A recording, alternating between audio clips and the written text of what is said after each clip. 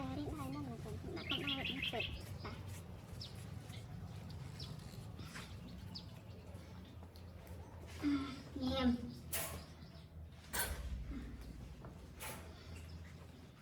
đài người ta này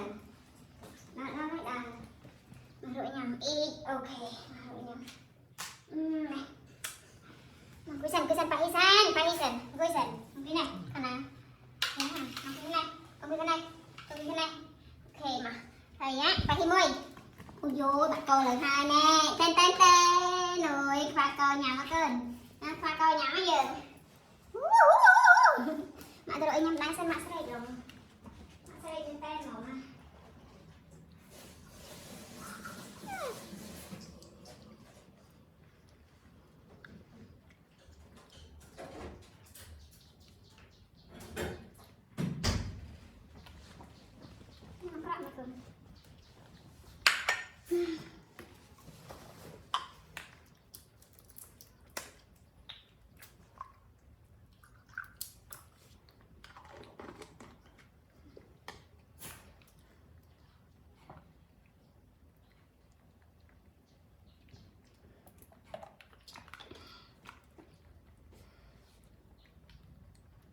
thành hậu nó có các bạn để làm ra ok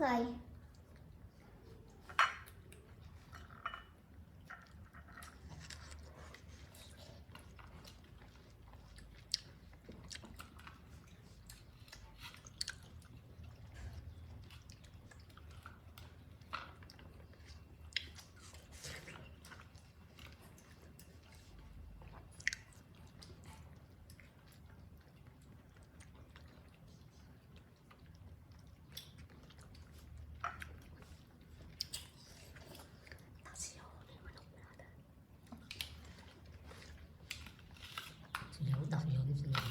nó về gì vô nó với trên mặt ra này bạn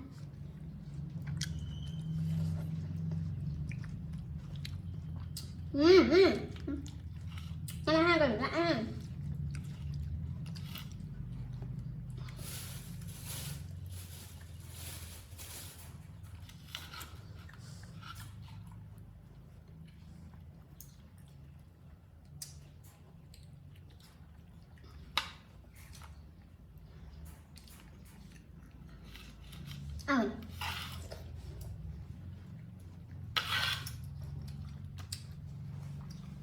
thức dần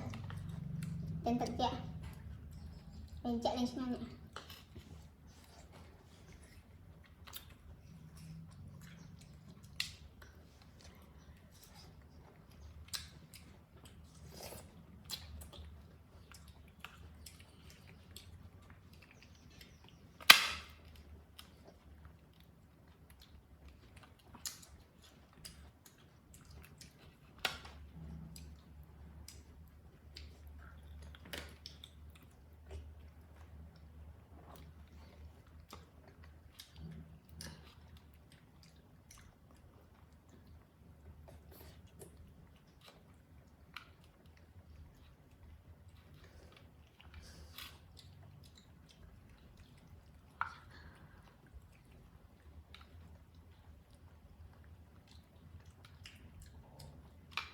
Quỳ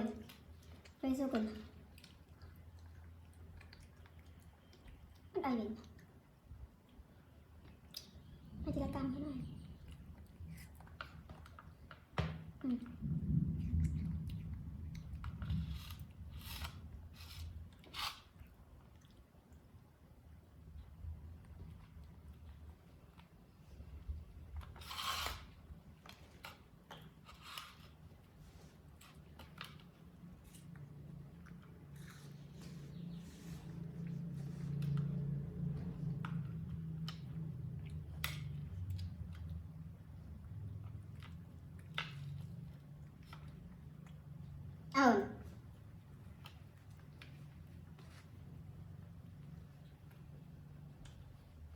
Tôi lã này chứ lã này tao mới tập khoan rồi